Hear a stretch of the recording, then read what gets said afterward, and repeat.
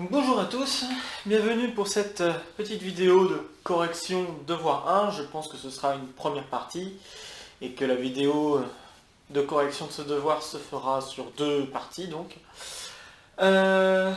Bon évidemment, à partir de maintenant, les copies qui arriveront après le samedi, comme j'avais dit, après le samedi 21h, ne seront plus pris en compte. Il me semblait en avoir déjà parlé qu'on avait le droit à 24 heures à la base, et on avait le droit à 24 heures de plus s'il y a des raisons qui font que on n'a pas pu rendre le devoir à temps, des raisons valables, et puis si les raisons sont encore plus valables, dans le sens où s'il y avait un problème de santé, des choses comme ça qui ont fait que le rendu de la copie n'était pas possible le jour même, bon j'accepte un retard jusqu'à 48 heures. Mais le but de ce temps-là que je veux essayer de restreindre, c'est pour pouvoir justement vous proposer la correction que je propose à présent le plus vite possible et permettre à tout le monde de pouvoir réviser au mieux, de mieux comprendre peut-être ses erreurs, les choses bonnes, les choses mauvaises. Donc voilà. Ok, alors on est parti pour la correction. Donc on va commencer par l'exercice qui à mon avis a dû vous faire le plus, vous poser le plus de problèmes. C'est l'exercice 1. Du devoir. Donc l'exercice 1, nous travaillons dans l'espace et nous avons différents points. Alors je vais redonner les coordonnées ici. 1, 2, 3. B, 4, moins 1, 3. C, 3, 2, 1. D, 14, moins 7, moins 1. E, de coordonnées 0, 3, moins 3, F de coordonnées 4, moins 6, moins 16. Bon, on a beaucoup de points dans notre affaire, très bien. Alors la première question c'est, est-ce que la famille AB, AC, AD est libre? Et on demande de justifier.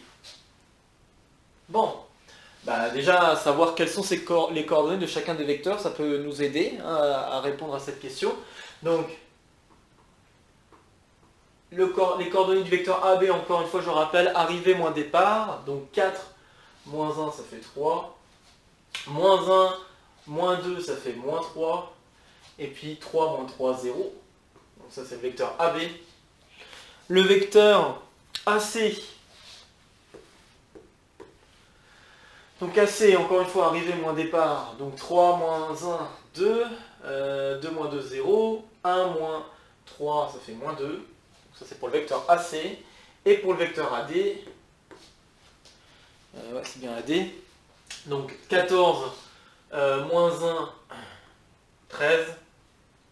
Ensuite, moins 7, moins 2, ça fait moins 9. Et moins 1, moins 3, ça fait moins 4. Bon, très bien. Alors soit... Donc pour répondre à la question de savoir est-ce que la famille est libre ou liée, soit on arrive à le voir tout de suite, et dans ce cas-là c'est terminé, vous me donnez la relation, puisque bon, la question étant posée, il fallait montrer en fait que la famille est liée, elle ne va pas être libre, elle va être liée. Et donc soit on voit une relation entre les vecteurs, rapidement, soit on la voit pas, et si on la voit pas, bon qu'est-ce qu'on fait? On part comme si on voulait montrer que la famille est libre. Alors je vais partir dans ce sens, comme si je ne le voyais pas. Donc je vais supposer qu'on est alpha AB, plus bêta AC plus gamma AD égale le vecteur nul. Donc si j'ai ça, ce que je viens d'écrire comme égalité peut se traduire sous la forme d'un système où je calcule les premières coordonnées, deuxième coordonnée, troisième coordonnée. Donc la première coordonnée, j'ai 3 fois alpha plus 2 fois bêta plus 13 fois gamma, qui est égal à 0.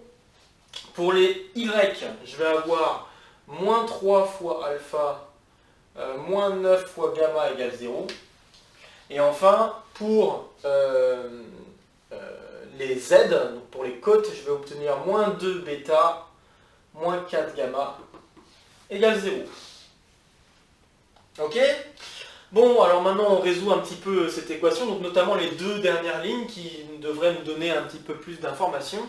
Donc notamment, on voit que grâce à cette deuxième ligne, alpha est égal à moins 3 gamma. Et grâce à la dernière ligne, on voit que bêta, donc on résout comme chaque équation, hein, d'accord, hein, vraiment, là je le fais par substitution. Donc nous avons bêta qui doit être égal à moins 2 fois gamma. Ok, et puis je remplace sur la première ligne. Donc si je remplace sur la première ligne, j'obtiens quoi? J'obtiens 3 fois moins 3 gamma, plus 2 fois moins 2 gamma, plus 13 gamma. Sauf que tout ça, si je le calcule, là on a moins 9. Là on a moins 4, moins 9, ça fait moins 13. Moins 13 plus 13, ça fait 0. Donc ce truc-là vaut 0. Et on voulait justement que ça vale 0. Donc bon cette dernière ligne, elle est toujours vérifiée.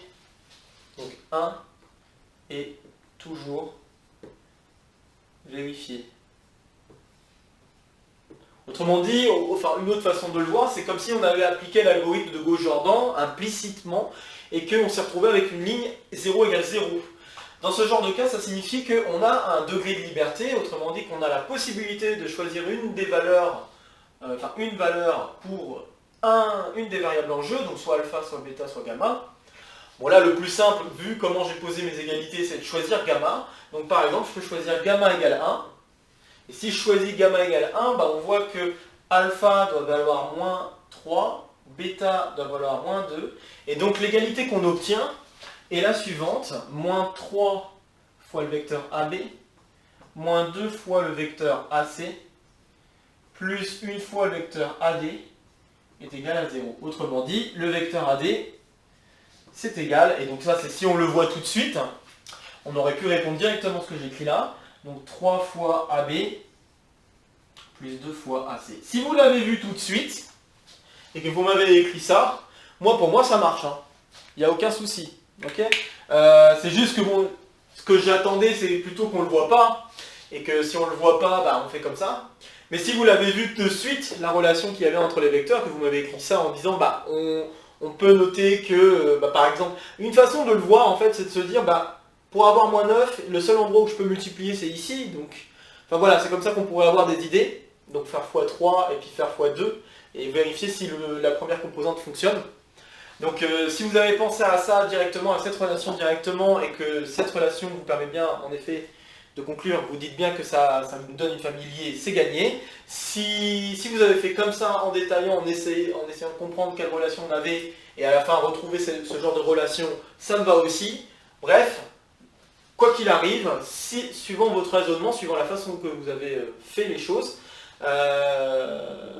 si à la fin vous concluez que la famille est liée, c'est gagné. Donc là, ça permet de conclure que la famille est liée. Donc la famille proposée en question A est liée. Ok, donc ça c'était pour la première question. Deuxième question, montrer que la famille AB, BC et AE est libre. Alors j'aurais peut-être pas dû effacer AB, c'est pas grave, je vais le refaire.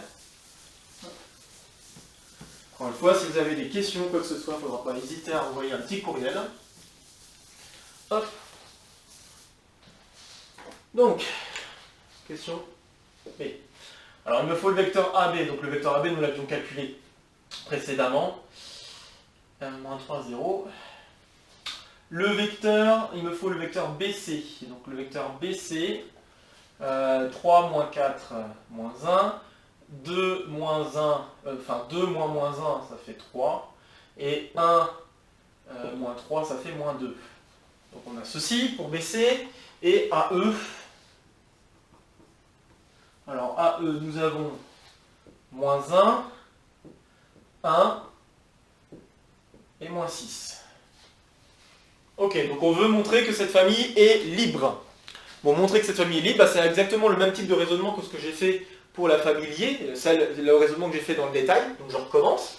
On a alpha AB plus bêta BC plus gamma AE égale 0. Bien sûr, j'attendais un petit peu plus de rédaction, d'accord? Donc là, je vais juste vers l'essentiel, mais si je devais mettre un peu plus de rédaction, j'aurais dû dire, bon, Enfin, considérons alpha, bêta, gamma, des nombres réels tels que ceci. Et puis, continuer la résolution comme je suis en train de le faire, d'accord. Bon, il faudrait juste mettre 2-3 petites phrases, je le dis maintenant. Il faudrait mettre juste 2-3 petites phrases en plus pour que la rédaction soit un peu meilleure. Mais globalement, le raisonnement que je propose, c'est ce qu'il fallait qu'il y ait, c'est quelque chose de même genre qui devait être présent sur votre copie. Hein. Donc, maintenant je retraduis ça en termes de coordonnées, ce que ça veut dire. Donc j'ai 3 fois alpha, plus moins 1 fois bêta, moins 1 fois gamma, égale 0.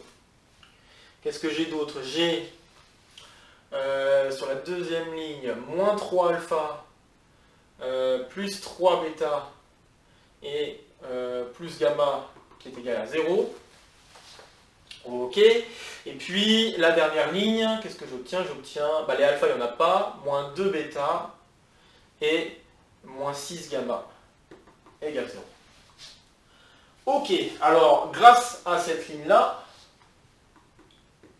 j'en déduis que bêta doit être égal à moins 3 gamma. Ok, donc si je mets le 6 gamma de l'autre côté que je divise par 2, j'en déduis cette chose-là.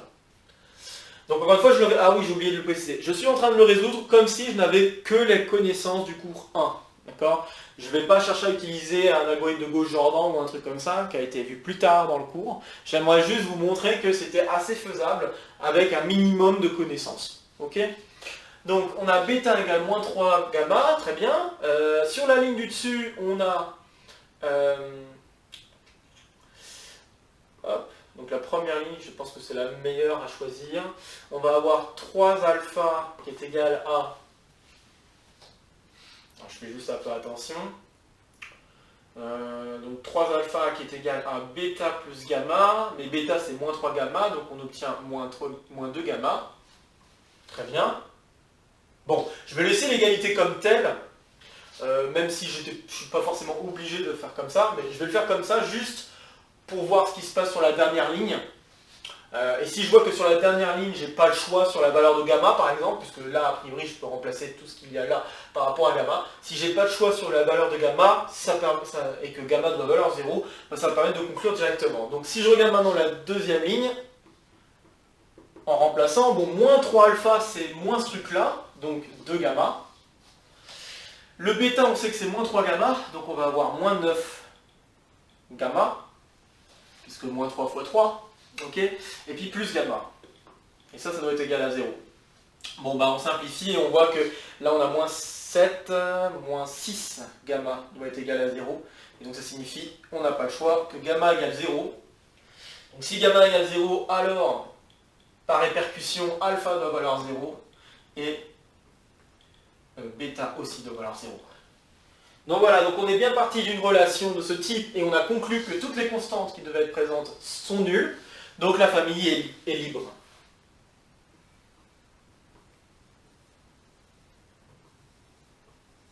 C'est exactement ce qu'il fallait démontrer. Ok.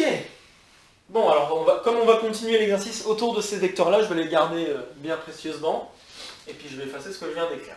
Hop, donc on sait que la famille est libre. Hop. Je vais l'écrire ici. La question C, alors là cette fois-ci on nous demande de faire quelques petits calculs à écrire en fonction de IJK. Alors, le premier calcul qui est proposé c'est de faire 1 sur 18 fois le vecteur AB moins 1 sur 16 fois le vecteur AE. 1 sur 6 pardon, fois le vecteur AE. Bon très bien, alors si on se lance à faire le calcul, on pourrait, dans un premier temps, pour essayer de ne pas être trop embêté par... parce qu'a priori, on a l'air d'être embêté par les fractions. Il ne faut pas avoir trop peur des fractions. Donc ce qu'on va faire, juste pour essayer de simplifier un peu les choses... Je sais pas si... Ouais. Donc pour essayer de simplifier un peu les choses, ce que je vais faire, c'est que je vais mettre en facteur les fractions qui pourraient nous embêter. Donc là, notamment, ce que je vais mettre en facteur, et je ne vais pas mettre n'importe quoi en facteur, 18, je sais que si je mets 1 sixième, 18, je sais que c'est 6 fois 3. Donc si je mets 1 sur 18 en facteur, qu'est-ce qui se passe? Eh bien, je vais avoir le vecteur AB moins, et donc combien de fois 6 il faut pour arriver à 18, donc 6 fois 3, donc là je vais avoir un 3 AE. Donc là je vois que globalement le calcul que je dois faire c'est celui-ci.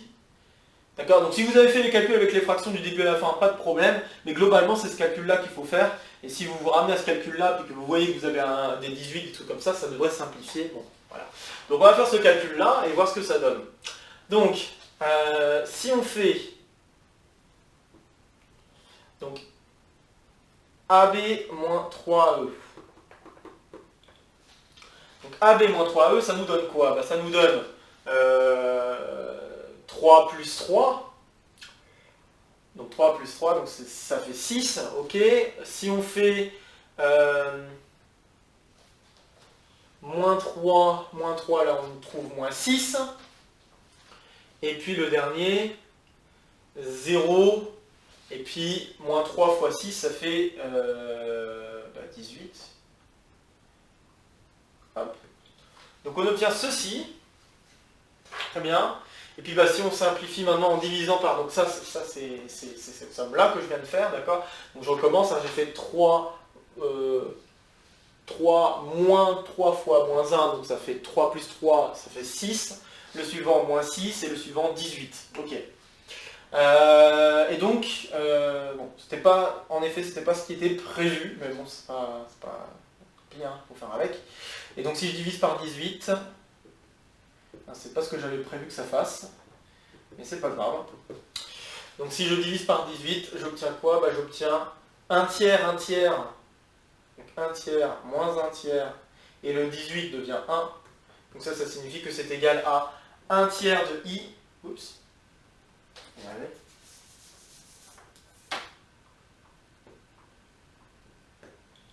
Moins 1 tiers de j plus k, parce qu'il ne faut pas oublier que quand on a les coordonnées du vecteur dans le repère, bah on peut le retraduire sous cette forme, avec les vecteurs i, j, k, qui sont les éléments, les vecteurs qui nous forment notre base.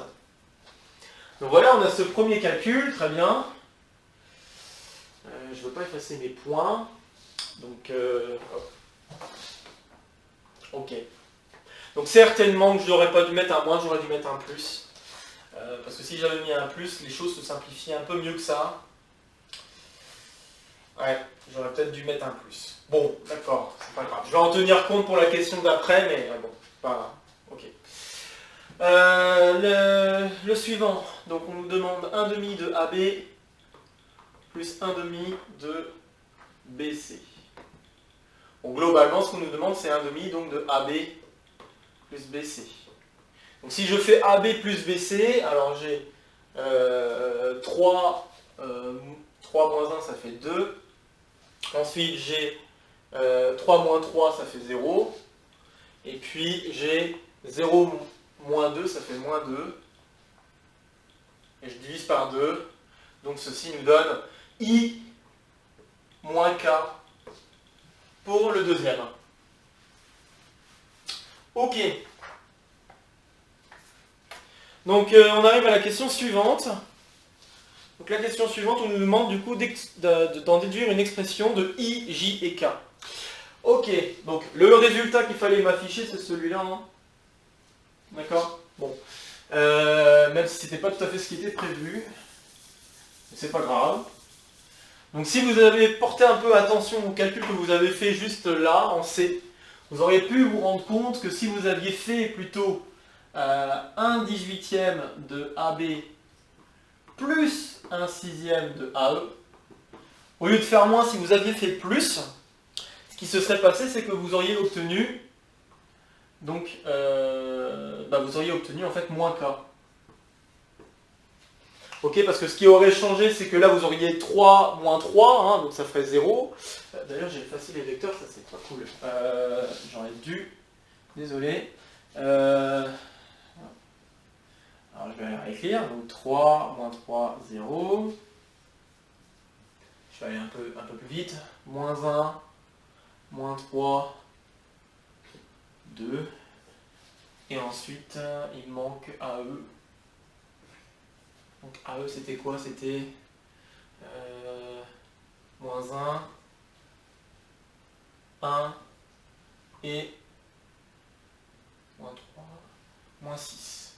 Voilà, donc si j'avais fait plus à la place, ce qui serait passé, c'est que j'aurais donc la même chose mais avec un plus ici comme calcul à faire.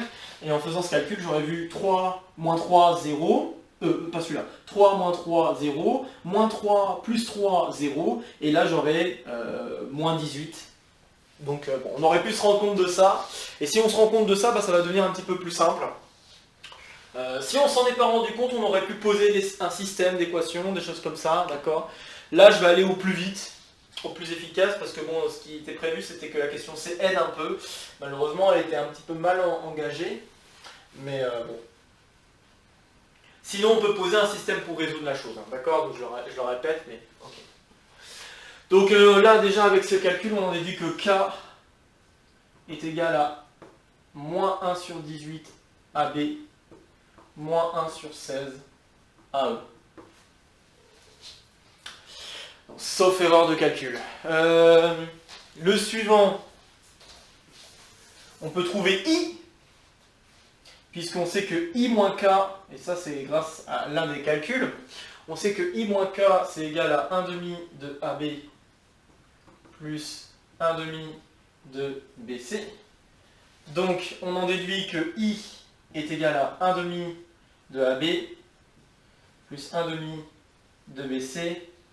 Alors le moins devient plus K, et plus K, bah, je sais ce que ça vaut, c'est moins 1 sur 18 AB, moins 1 sur 6 AE. Donc les AB, je peux les rassembler si je veux. Sur 18, ça fait donc 9, moins 1, ça fait 8 sur 18 AB.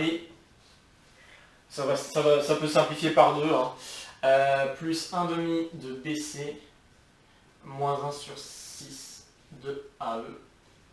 Donc ça c'est pour le vecteur I. Et enfin pour le vecteur J, bon bah là j'ai un peu le choix. Alors moi ce que je vais faire, c'est que je vais partir du vecteur AB. Ça me paraît un peu judicieux de faire ça. Hop. Donc une fois qu'on en a deux, on peut trouver le troisième juste en partant d'un des vecteurs. Donc là je vais partir du vecteur AB, parce que ça me paraît être le plus simple. Le vecteur AB, on voit que c'est 3 fois I moins 3 fois J. Alors, tiens, en passant, on aurait quand même pu s'en sortir. Alors voilà, on aurait quand même pu s'en sortir. Alors quand j'ai fait... donc, quand nous avions fait celui-ci, voilà, comme ça je vais vous montrer qu'on pouvait quand même bien s'en sortir en partant du moins à E.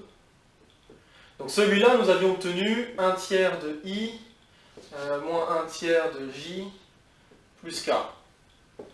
Bon, bah, si vous regardez ce que vaut AB, et en divisant par 9, bah, en fait on voit que ça, c'est 1 sur 9 fois AB. Grâce à ce que je viens d'écrire là. Ok. Donc on aurait pu s'en sortir, puisque K, du coup, le 1 sur 9, je l'aurais mis de l'autre côté, et on aurait pu conclure que K s'écrit d'une certaine manière.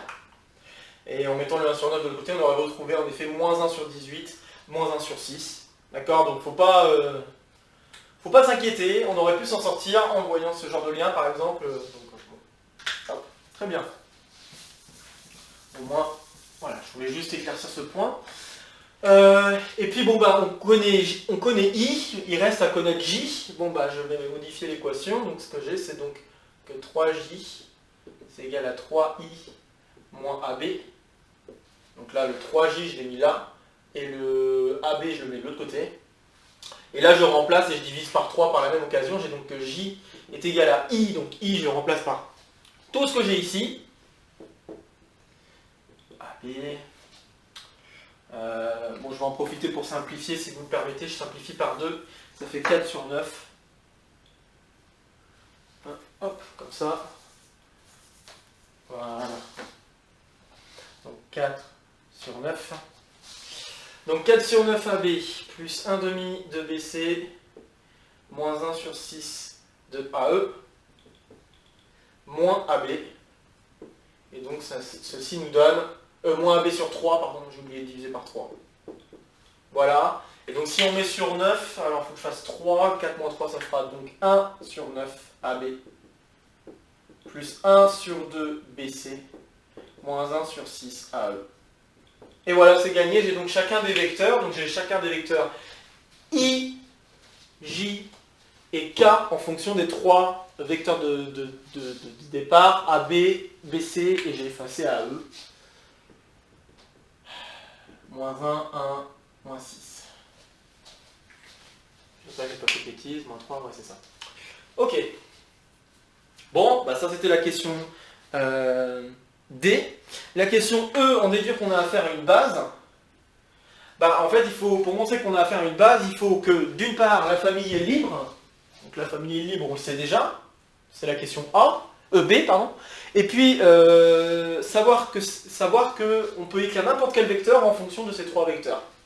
Bon, bah si je prends un vecteur, donc soit V de coordonnées x, y, z, un vecteur de R3. Bon, bah comme on sait déjà que IJK est une base, alors ça veut dire que V peut s'écrire x, i, donc je suis juste les vecteurs de la base, hein, plus yj, plus zk. Et puis maintenant je remplace. Donc du coup si je remplace, j'ai V égale x fois le i, bah, je remplace, donc 4 sur 9 AB, plus 1 sur 2 BC, moins 1 sur 6 AE, plus en y, qu'est-ce que j'ai donc le vecteur J, 1 neuvième de AB. Qu'est-ce que nous avons ensuite? Plus 1 demi de BC, moins 1 sur 6 de AE. Ça c'est pour Y. Et pour Z, donc pour le K, nous avons donc plus Z fois moins 1 sur 18 AB, moins 1 sur 6 AE. Bon, faut s'accrocher un peu, ça fait des expressions un peu lourdes. Maintenant, je pense que j'ai plus besoin de tout ça. Hop. Et donc maintenant, je vais rassembler mes expressions. Donc, suivant ce qu'il y a devant le vecteur AB, ce qu'il y a devant le vecteur BC et ce qu'il y a devant le vecteur AE. Donc, ce qu'il y a devant le vecteur AB, nous avons 4 neuvièmes de x, 1 neuvième de y et moins 1 sur 18 de z. Donc ça c'est le premier. Pour BC, nous avons 1 demi de x plus 1 demi de y et c'est tout. Et enfin, pour AE, nous avons moins 1 sixième de x. Donc je développe, il faut imaginer vraiment, là je vais assez vite, mais il faut imaginer qu'on développe et on regarde ce qu'il y a devant chaque vecteur. D'accord? Donc c'est ce que je suis en train de faire là quand je développe. Devant AE, j'ai donc moins 1 sur 6 fois x. Devant AE, j'ai aussi moins 1 sur 6 y. Donc j'ajoute ensuite moins 1 sur 6 y. Et puis pour les z, là j'ai moins 1 sur 6 aussi de z. Voilà. Bon bah j'ai terminé, j'ai pu écrire donc n'importe quel vecteur V sous la forme d'un réel fois AB plus un autre réel fois BC plus un dernier réel fois AE. Donc comme j'ai affaire à une famille libre et que je suis capable d'écrire n'importe quel vecteur de l'espace comme ceci, ça signifie donc que en effet la famille AB, BC et AE est une base de R3. Voilà. Alors on arrive à la question F. C'est pour ça que ces calculs ne sont pas en vain. Hop. Puisqu'il s'agit de faire aussi la question F. Donc la question F, donc à vrai dire cette question on aurait pu y répondre sans forcément faire les calculs que je viens de faire, puisque cette question on aurait pu juste dire bah, on a été capable d'écrire I, J, K en fonction de 3 vecteurs. Et puis bon bah, comme on sait que n'importe quel vecteur V s'écrit en fonction de I, J, K, alors, bah, n'importe quel vecteur V s'écrit en fonction de AB, BC, AE. On aurait pu répondre comme ça, sous la forme de phrase, mais si on fait le calcul, bah, ça nous aide beaucoup pour la question suivante. Donc de toute façon, les calculs, ils étaient à faire pour pouvoir répondre à la question suivante. Donc là, on considère le repère S comme étant toujours la même origine. Par contre, nous avons AB, oups, pas AB. Nous avons cette fois-ci comme base AB, BC et AE. On demande de déterminer les coordonnées du point F en fonction de cette base. Bon, bah, on sait déjà que F a pour coordonnées dans la base de départ 4, moins 6, moins 16. Bon, bah, qu'est-ce qu'on fait? Bah, en fait, les valeurs de x, de y et de z, on les connaît. X égale 4, y égale moins 6 et z égale moins 16. Donc pour avoir les coordonnées du point F sur ce nouveau repère, bah, il faut que je remplace x, y, z par ces nombres. Donc si je remplace, qu'est-ce que j'obtiens? J'obtiens 4, donc 4 neuvièmes fois 4, donc là ça demande un petit peu de calcul, moins 6 neuvième, et puis ensuite moins 16, enfin plus 16 sur 18 d'ailleurs. Voilà. Bon, ça c'est un petit peu de calcul maintenant. Donc là j'ai du 8 moins 6, ça fait moins 2. Ça fait 2, pardon. 2 neuvièmes. Excusez-moi, je vais y arriver. Donc là j'ai 2 neuvièmes. Et 2 neuvièmes, le 16 sur 18, ça simplifie par 2, ça nous fait 8 sur 9, donc plus 8 sur 9. Est-ce que j'ai fait une erreur là?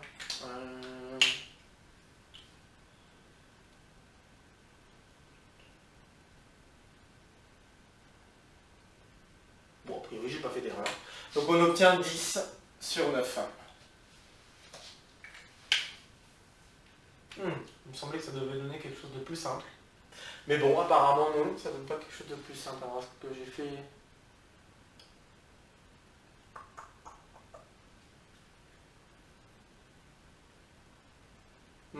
J'ai peut-être fait une erreur de simplification à un moment donné.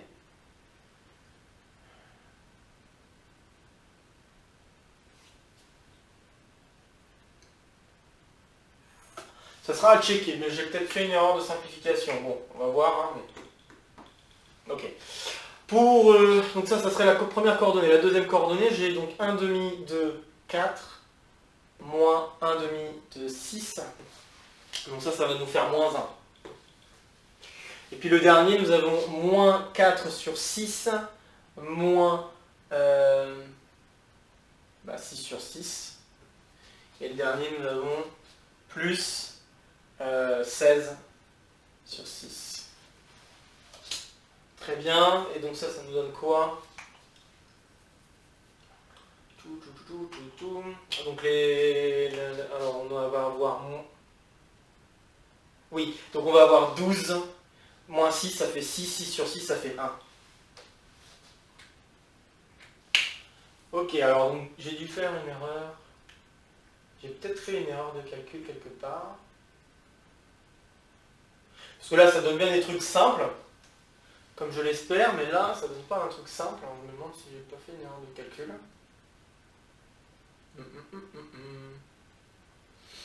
Bon. Ok, bon, on va rester dessus, et puis si je vois qu'il y a une erreur, de toute façon, je le dirai sur la deuxième vidéo. Donc, hop. A priori, nous aurions ça comme coordonnée du point F sur le repère S. Voilà, donc il faudrait juste rechecker le 10 sur 9 là. Je suis juste en train de me demander. Mais j'ai peut-être...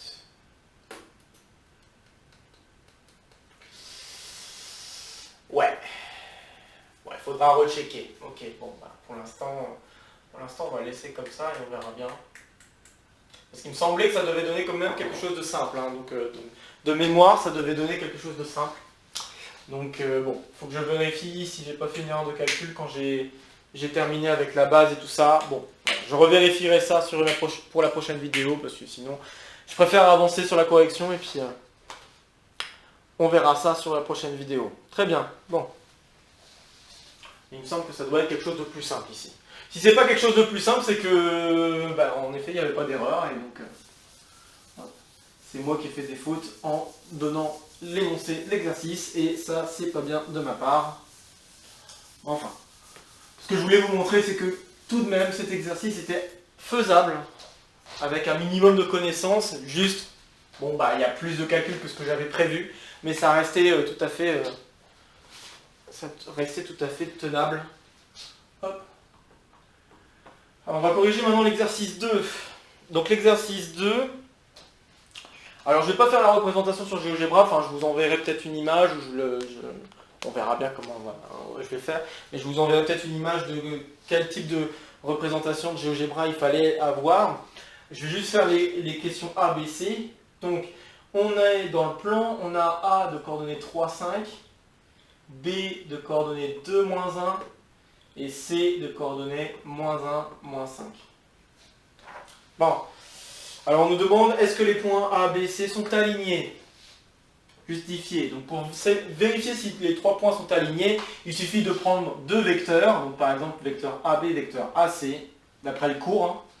Donc si je prends le vecteur AB, les coordonnées sont 2, moins 3, moins 1, et puis moins 1, moins 5, ça fait moins 6. Et puis si je regarde le vecteur AC, moins 1, moins 1, moins 3, ça fait moins 4, et moins 5, ça fait moins 10. Et si je regarde le produit en croix, donc notamment si je regarde moins 1 fois moins 10, ben ça c'est différent de, puisque ça c'est égal à 10, ça c'est différent de moins 6 fois moins 4, qui lui vaut 24. Donc on n'a pas collinéarité.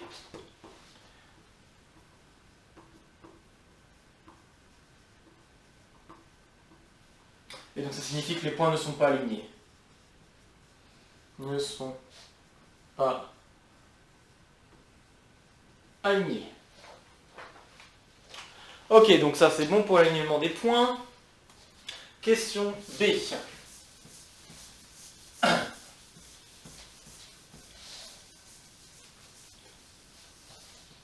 Alors, la question B, on nous demande de déterminer les coordonnées des points E, enfin D, E, F, tels que ABCD est un parallélogramme, CE plus AE pardon, est égal à 2 fois BA, et AF plus CF est égal à 2 fois BC. Très bien, alors, le plus dur, peut-être que le plus dur, parce que je pense qu'il y en a certains qui ont bugué là-dessus, c'était de déterminer les coordonnées du point D. En fait, pour déterminer les coordonnées du point D, il suffisait d'utiliser la propriété du parallélogramme. Donc, bon là je fais un schéma de ce que pourrait représenter la figure. Donc j'ai ABCD, et quand j'ai affaire à un parallélogramme, il faut noter que les vecteurs, par exemple, AB et DC sont égaux. Donc AB est égal à DC. En sachant ça, bah maintenant si je pose D de coordonnées x, y, bon, bah, ce que je vais obtenir c'est quoi? Bah, je vais obtenir que AB, bon AB on a déjà calculé, c'est moins 1, moins 6. Alors DC, arrivée moins départ, moins 1, moins x, égale moins 1, moins x. Et puis, pour les y, nous allons avoir moins 5, moins y. Et ça permet d'en déduire donc que D a pour coordonnées, donc x va être égal à 0, et y va être égal à 1. Donc voilà les coordonnées du point D, sauf erreur. Pour les autres points, bon là c'est un petit peu plus simple. Alors je vais refaire avec des coordonnées pour le deuxième. Donc si E a pour coordonnées x, y, alors il faut que je donne les coordonnées de CE, les coordonnées de AE. BA, bah, c'est moins AB, hein, donc BA pour coordonnées 1, 6. Alors CE, donc ça va être x moins moins 1, donc x plus 1. Y moins moins 5, donc y plus 5. Pour AE, je vais avoir x moins 3, y moins 5. Et qu'est-ce que je veux? Bah, je veux que donc, la somme, donc je vais écrire directement en termes de coordonnées, donc ça signifie que x plus 1 plus x moins 3 doit être égal à 1 fois 2 d'ailleurs, parce que c'est 2BA. Donc ça va faire 2. Et puis pour les y, nous avons y plus 5 plus y moins 5 qui doit être égal à 2 fois 6, donc 12. Ainsi, on obtient par la première ligne, donc on a 2x moins 2 égale 2, donc 2x égale 4, donc ça veut dire que x égale 2. Normalement ça marche. 5 moins 3, ça fait bien 2. Et puis, pour la deuxième ligne, les 5 se simplifient. On a 2y égale 12. Donc ça veut dire que y égale 6. Donc E a pour coordonnées 2, 6. Voilà pour les coordonnées de E. Et puis cette fois-ci, pour les coordonnées de F, je vais m'y prendre un petit peu autrement. C'est passé ici. Hop. Donc pour les coordonnées de F, comme je viens de le dire, je vais m'y prendre un peu autrement. Cette fois-ci, je vais faire intervenir le point O. Donc AF plus CF égale 2BC. Donc là, je vais faire intervenir le point O, l'origine, donc AO plus OF. C'est une autre façon de faire. Sinon, on aurait pu encore faire appel aux coordonnées de point F, comme ça, en faisant X, Y, ok. Mais, donc CO plus OF est égal à 2BC. Et puis, bon voilà, le AO, le CO, je peux le mettre de l'autre côté. J'obtiens que 2OF est égal à 2BC moins...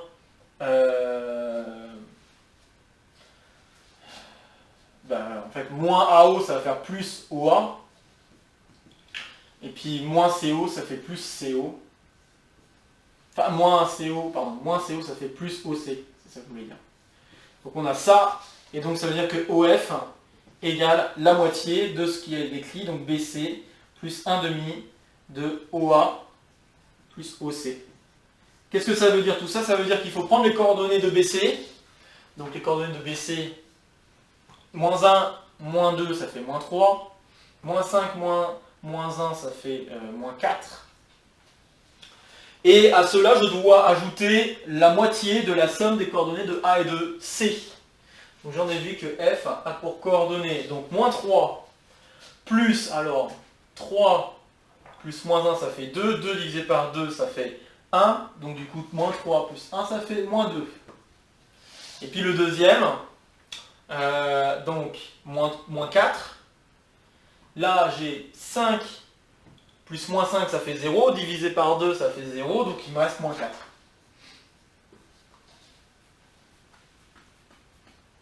Ok, donc voilà les coordonnées du point F. Bon, et puis on arrive à la question suivante. Démontrer que D, E, F sont alignés. Alors, je vais effacer une partie pour avoir de la place pour écrire. Par contre, j'ai besoin des coordonnées D et E, D, E, F. Donc pour montrer cette fois-ci que les points sont alignés, encore la même méthode, on regarde les vecteurs. Donc c'est bien C, hein. Ouais.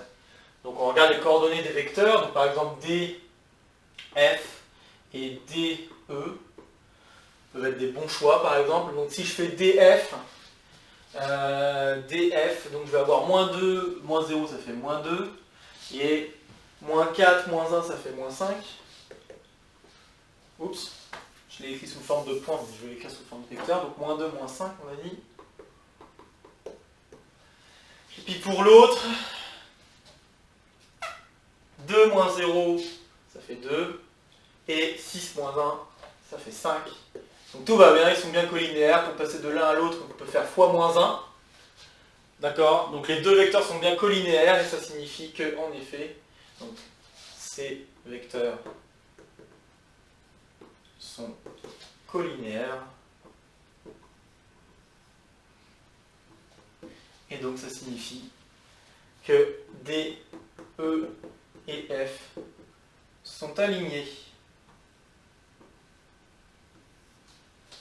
Voilà. Bon, et puis il reste le dessin sur GeoGebra à faire. Bon, ça, je pense que soit je vous l'enverrai par courriel à part, soit ou je le mettrai sur le Moodle directement à part, soit je l'incorporerai dans une vidéo. Ok? Donc, pas de souci. Ok, il me reste à peu près 15 minutes en tout cas pour moi pour aujourd'hui.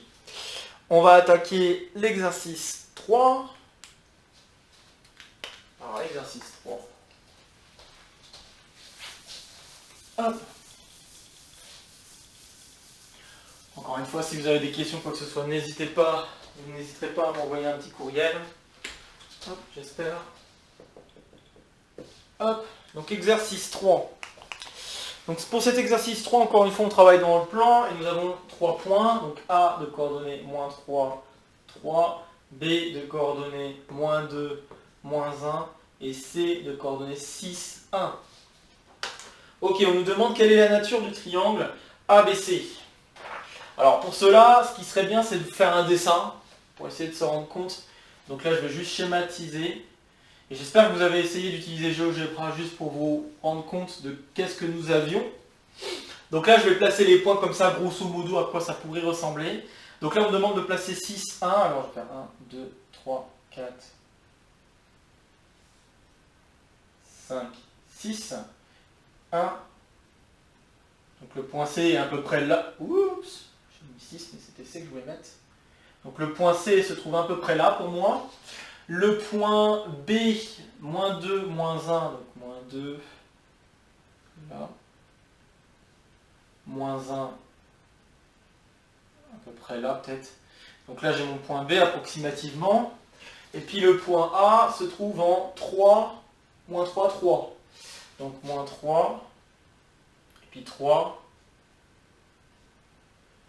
Donc il doit se trouver quelque part par là. Ok, et le triangle qu'on obtient, je vais peut-être le tracer d'une autre couleur. Donc on a... Ah, bon, tant pis, c'est du noir, j'ai pas fait attention. Hop, c'est pas grave. Je voulais tracer d'une autre couleur, mais c'est raté. J'ai pris l'autre feutre noir. Bon, c'est pas grave. Ok, donc voilà à quoi ressemble le triangle. Donc on peut suspecter déjà que le triangle est rectangle en B quand on fait le dessin.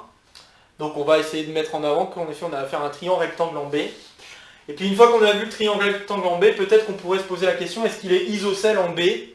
Donc regardez les longueurs des vecteurs AB et BC. Donc c'est ce que je vais faire maintenant. Je vais regarder les vecteurs, donc, au lieu d'appeler AB, je vais plutôt dire BA et BC. Je vais regarder ces deux vecteurs.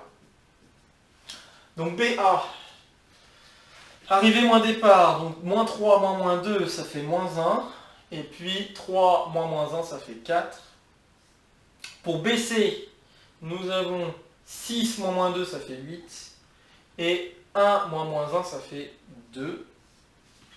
Et donc si je fais le produit scalaire, BA scalaire BC, et bien nous obtenons moins 1 fois 8, plus 4 fois 2, donc 8 moins 8, ça fait bien 0. Donc comme le produit scalaire vaut 0, ça signifie bien que les deux droites sont perpendiculaires et donc que le triangle ABC est rectangle en B. Voilà, alors maintenant le seul endroit où ce triangle peut être isocèle, ça serait en B. Il ne peut pas être isocèle ailleurs. Alors regardons les longueurs des vecteurs AB et BC et je pense qu'on va très vite se rendre compte que ça ne va pas être possible. Donc si je regarde la longueur de BA, BA c'est racine carrée de 1 au carré, donc moins 1 au carré, plus 4 au carré. Donc il suffit que je regarde la norme de ce vecteur. Hein. Donc ça fait racine carrée de 17. Et puis si je regarde BC, c'est racine carrée de 2 au carré plus 8 au carré. 64 plus 4, ça fait 68. Et bon, c'est clairement différent. Donc le triangle n'est pas isocèle en B, donc on ne peut rien espérer de plus. Le triangle est juste rectangle en B, rien de plus. Déterminer les coordonnées du point D qui vérifie l'égalité vectorielle suivant. Donc B, le point D vérifie l'égalité vectorielle suivant. Donc AD plus 2 fois BD plus 3 fois CD égale 0. Très bien, alors bon, encore une fois, on peut faire intervenir le point O. Je vais faire ça. Donc si je fais ou alors on peut encore faire sortir XY. Bon, comme j'ai fait plusieurs fois XY par rapport à la méthode de l'origine, je vais utiliser la méthode faisant apparaître l'origine. Donc je fais du chal AO plus OD plus 2BO plus 2OD plus 3CO plus 3OD égale 0. Si je mets tout de l'autre côté et OD tout seul, j'ai donc 6OD égale OA plus 2OB plus 3OC. Et donc ça veut dire que OD c'est égal à 1 sixième de OA plus 2OB plus 3OC. Autrement dit, je dois faire les coordonnées de A, plus 2 fois les coordonnées de B, plus 3 fois les coordonnées de C, et le tout, je dois diviser par 6. Donc là, si je veux avoir les coordonnées de D, donc, je regarde les X. Donc les X, je dois faire moins 3, plus 2 fois moins 2, plus 3 fois 6. Et après, je dois diviser tout ça par 6. Alors, qu'est-ce qu'on va obtenir? On va obtenir donc 18. 18 moins 7, ça va faire 11. Donc 11 sur 6. Et puis, pour le deuxième, donc là, je dois faire 3 moins, plus 2 fois moins 1, plus 6, enfin 3 fois 1. Et encore une fois divisé par 6. Et là, ça nous fait 6 moins 2, ça fait 4, 4 sur 6, ça simplifie en 2 tiers. Bon, voilà. Voilà les coordonnées du point D. Très bien, et après on nous demande déterminer la valeur de l'angle orienté DC, DA. Alors ce qui serait bien, c'est de placer le point D où est-ce qu'il se trouve à peu près. 11 sixièmes, c'est pas loin de 2. Et on a combien? 2 tiers, donc on doit être quelque part. Le point D doit être certainement quelque part. Donc si vous voulez, vous pouvez le placer sur GeoGebra. Donc le point D, il va être quelque part par là. Et donc on nous demande l'angle orienté DC-DA. Ok, donc il s'agit bien du bon angle, lu dans le bon sens. Ok, donc tout va bien, on va pouvoir faire les calculs sans trop avoir peur. Donc pour faire ça, encore une fois, on regarde le produit scalaire. Hop. Question C. Donc on regarde le produit scalaire. Donc il me faut le vecteur DC déjà, les coordonnées du vecteur DC. Alors le vecteur DC. Ok, donc le vecteur DC, je vais l'avoir en faisant arrivée moins départ encore une fois. Donc 6 moins 11 sur 6. Et pour l'autre, ça va être 1 moins 2 tiers. Donc ça nous donne quoi? 36 moins 11, ça fait 25. 25 sixièmes. Et l'autre, je vais avoir 1 tiers. Très bien. Ensuite, pour DA, pareil, arrivée moins départ. Donc moins 3, moins 11 sur 6. Et 3, moins 2 sur 3. Donc ça nous donne quoi? Ça nous donne sur 6, moins 18, moins 11, ça fait moins 29 sur 6. Et puis 3 moins 2 tiers, donc 9 moins 2, ça fait 7 tiers. Voilà. Maintenant, je dois faire le produit scalaire, donc DC scalaire DA. Il faut s'accrocher, encore de bons calculs à faire. Donc DC scalaire DA, nous avons... alors d'ailleurs, je les ai écrits sous la forme de points, vous m'en excuserez. C'est pas bien. Hein. Il faut les écrire sous forme de colonne. Bon, tant pis. De toute façon, vous avez eu le temps de voir le calcul. Moins 29 tiers, 7 tiers. Et l'autre, c'est 25... pas tiers, c'est sixième, pardon. Si je me trompe en plus sur les sixièmes, ça ne va pas le faire. Et puis, 25 sixièmes, 1 tiers. Hop. Donc, 25 sixièmes, 1 tiers. Hop, voilà. Donc, le produit scalaire, encore une fois, moins, parce que moins fois plus, ça fait moins, 25 sixièmes fois 29 sixièmes. Et ensuite, je dois faire plus 1 tiers fois 7 tiers. Bon là ça commence à être un peu rude, donc il ne faut pas hésiter à sortir la calculette au besoin. Chercher mon téléphone pour la calculette. Hop. Un peu fort la luminosité. Voilà. Ok, donc du coup, si on fait moins 25 fois 29,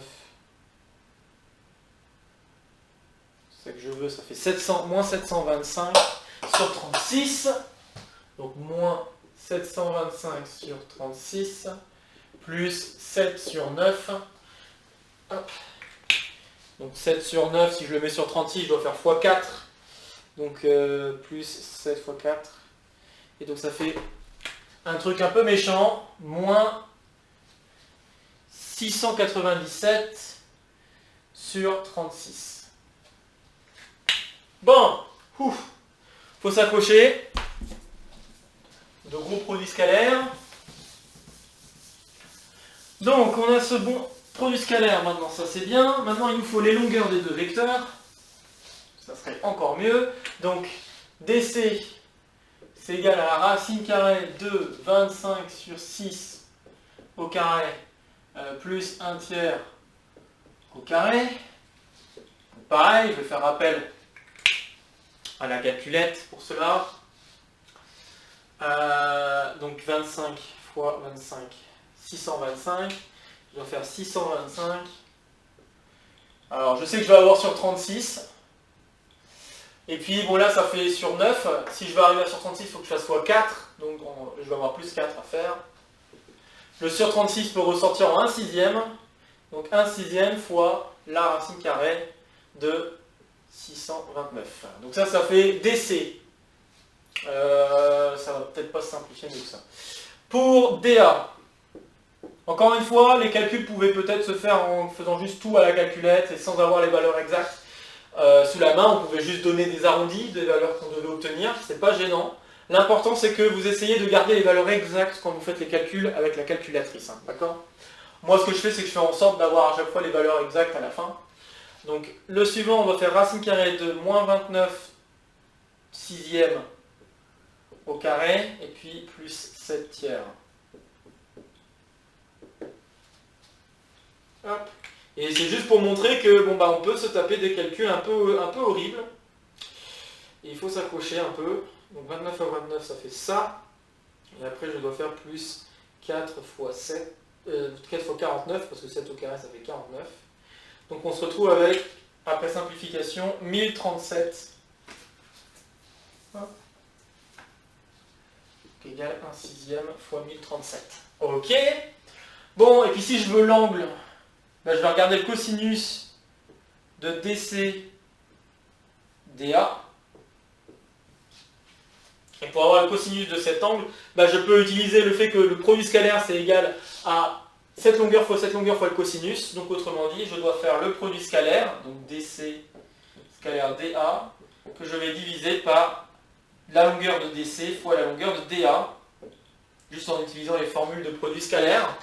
Donc, si j'écris, alors on voit, si on fait un peu attention, les 1 sixième se simplifient, et le 36 aussi va se simplifier, on va obtenir moins 697 sur racine carrée de lui, donc par rapport à ce que j'ai écrit, fois racine carrée de lui. Encore une fois, si vous voulez donner la valeur rapprochée, vous pouvez donner la valeur rapprochée, mais il faut essayer d'avoir les calculs exacts du début à la fin.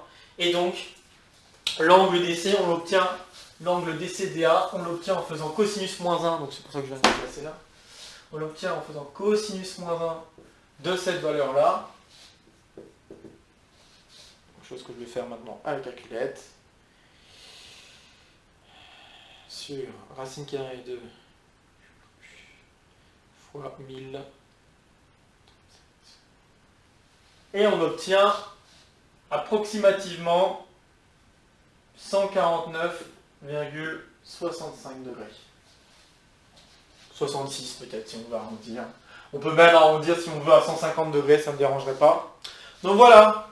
Et donc si on fait la construction sur GeoGebra, on aurait pu vérifier que cette valeur correspond bien à la bonne valeur si on a les coordonnées de D qui sont exactes.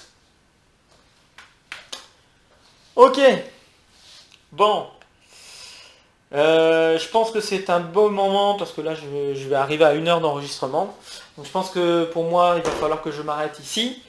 Donc, une deuxième vidéo pour la deuxième partie de correction de devoir 1 sera prévue très vite, j'espère demain. Pour demain, je vais revoir le calcul que j'ai fait sur l'exercice 1, notamment le dernier calcul, le F. Pour le C, on m'avait prévenu qu'il y avait peut-être un souci de signe, mais en effet, il y avait bien un petit souci de signe, mais quoi qu'il arrive, on pouvait faire les calculs, hein, vous l'avez vu, on pouvait s'en sortir pour résoudre, il n'y avait pas de, voilà, il n'y avait pas forcément de gros, enfin, on pouvait s'en sortir, il n'y avait pas de gros problèmes, disons. Mais j'aimerais quand même revoir les coordonnées de F, si j'ai pas fait une erreur dans mes calculs, notamment les calculs de base. Si j'ai fait une erreur ou si j'ai pas fait une erreur, vous le saurez dès le début de la vidéo suivante. Il ne faudra pas s'en faire. Et on reprendra, donc une fois ça corrigé, on reprendra à partir de l'exercice 4, parce que je pense que tout le reste, il n'y a pas trop de soucis. Je ne pense pas avoir fait d'erreur. Donc on reprendra à partir de l'exercice 4, où je vais faire donc le problème avec le rectangle, puis les produits de matrice, et enfin la résolution du système d'équations. Voilà, à savoir aussi qu'il y a le PDF du cours 6 qui, je l'espère, pourra arriver mardi ou plus tard. Et puis il y a également le PDF pour les exercices supplémentaires 2 qui va arriver. Je pense que je ne vais pas trop tarder pour donner la correction derrière. Et puis voilà, quoi, il y a pas mal de choses qui doivent encore arriver. Donc bon, sur ce, je vous souhaite une bonne semaine, et puis encore une fois, si vous avez des questions quoi que ce soit, n'hésitez pas à me relancer, et on se retrouve pour les prochains enregistrements ou pour les prochains directs. Salut à tous!